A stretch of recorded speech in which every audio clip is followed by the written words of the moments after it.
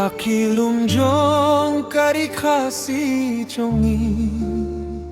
Lami huwei unong gyalam bashlud Ubriyev ubajemnud Ubaitya kipaitba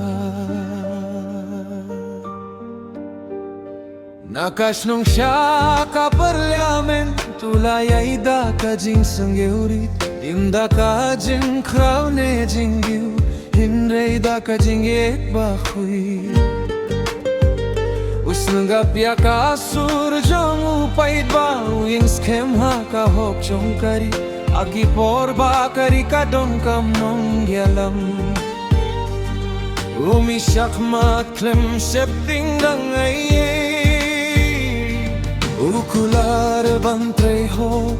Banam le silyang Ban sumarya ka jala Kung kaing kasam jongi Kajing kren jong ukalong kabajam nu Hinray ka mensim jong ukashir Kung mumau ba Ulaing na kapinta jongi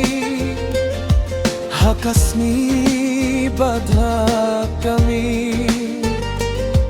Ulay ka jinggim jongu Nakabinta kalaway jong kari O Dr. Ricky unong gialam baslur Kari jongi kanem klet yapi Pilalong ka jing say ha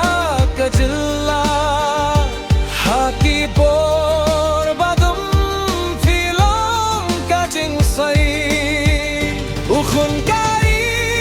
ubajam nut bats gauri Umensim bait yaki pait pa Watla pila late no nangi Kakam jong pi kanim jumom Hakadonut jongi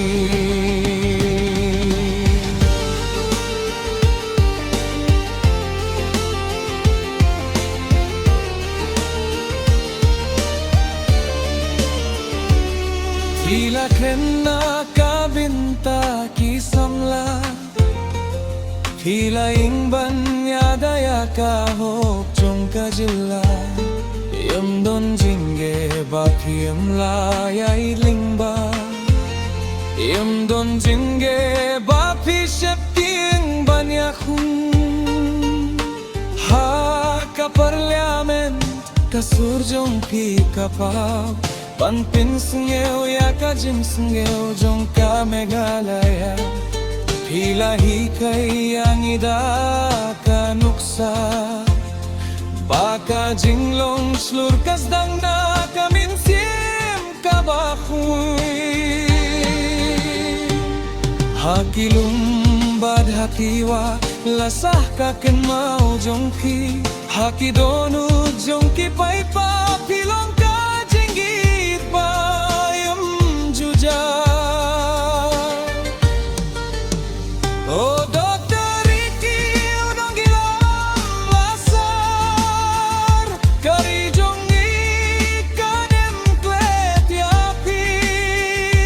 Pilalong ka jing say ha kajila Haki por badum pilong ka jing say Ukhun kari ubajam nut bats nuri Umensim bait yaki pait pa Watla pila late no nangi Kakam jong pi kanem junong Hakadonut jongi Kasagi kan iman la kaste Hinray ka jingkin mau jompi kan ne Kalinti ba pila pina kabinta jang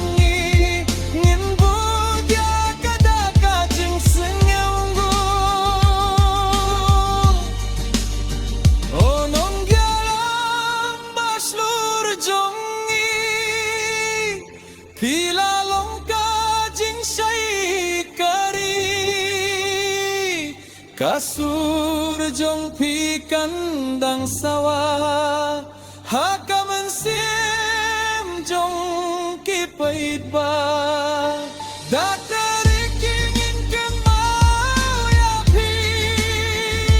Daga jenggi bajing burung Wat lapi lalit no tinami Hakatono jong ni